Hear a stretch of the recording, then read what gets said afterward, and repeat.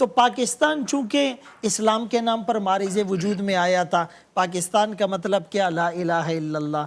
پاکستان کا مقصد کیا؟ محمد الرسول اللہ صلی اللہ علیہ وسلم۔ اسی لیے 1953 میں جو ایک بہت بڑی تحریک چلی تھی قادیانیت کے خلاف، تو وہ قومی جد و جہد تھی۔ آج بدقسمتی سے اس قومی جد و جہد کو پہلے مذہبی اور پھر مسلکی اور پھر گروہی بنیادوں پر ڈیوائیڈ کر دیا گیا تھا، اسی لیے دن بدن وہ زیادہ شیر ہوتے جا رہے ہیں۔ اس کے بعد بالآخر وہ قربانیاں وجود میں اور رنگ لائی، اور 1974 کو یعنی 7 ستمبر 1974 میں جب پاکستانی آئین کے اندر انہیں اقلیت کافر قرار دے دیا گیا، غیر مسلم قرار دے دیا گیا، اور وہ آئین 260 اور بریکٹ میں 3، اس کے اندر یہ بات مینشن ہے کہ ختم نبوت پر مکمل اور غیر مشروط ایمان لانا ضروری ہے، اور شق نمبر 106 بریکٹ 2 میں یہ بات لکھی ہوئی ہے کہ بھائی قادیانی اقلیت غیر مسلم اور کافر ہیں۔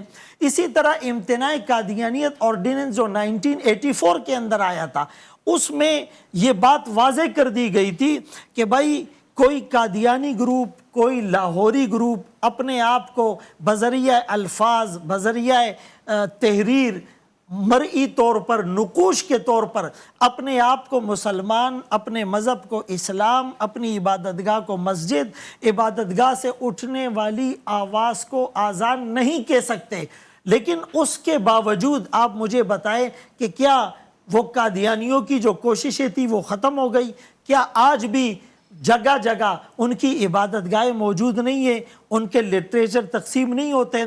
ابھی گزشتہ سال میں تفسیر صغیر، جس میں قرآن کریم کا ترجمہ نہیں، تحریف شدہ ترجمہ تھا، وہ شائع کیا گیا، اور مبارک احمد ثانی کو جب اس جرم میں کئی سال کی انویسٹیگیشن کے بعد گرفتار کیا جاتا ہے، تو سپریم کورٹ میں اس کو ریلیف دینے کی کوششیں ہوتی ہیں، اور یہ حکمران وہ ان کے لیے جو ہیں وہ جواز اور جسٹیفیکیشن تلاش کرتے ہیں۔ تو بہرحال علماء کرام نے اس موضوع پر جب بھی یک زبان ہو کر، یک آواز ہو کر، یکسو ہو کر آواز اٹھائیے، تو اس آواز کا مؤثر نتیجہ برآمد ہوا ہے۔ اسی لیے ختم نبوت پر مسلمان کبھی کمپرومائز نہیں کرے گا۔ رسول اللہ صلی اللہ علیہ وسلم کے پردہ فرما جانے کے بعد سب سے زیادہ اگر مسلمانوں کی شہادتیں ہوئی ہے اور جس میں حفاظ کرام مجاہدین شہید ہوئے ہیں، وہ ختم نبوت کا ایشو تھا۔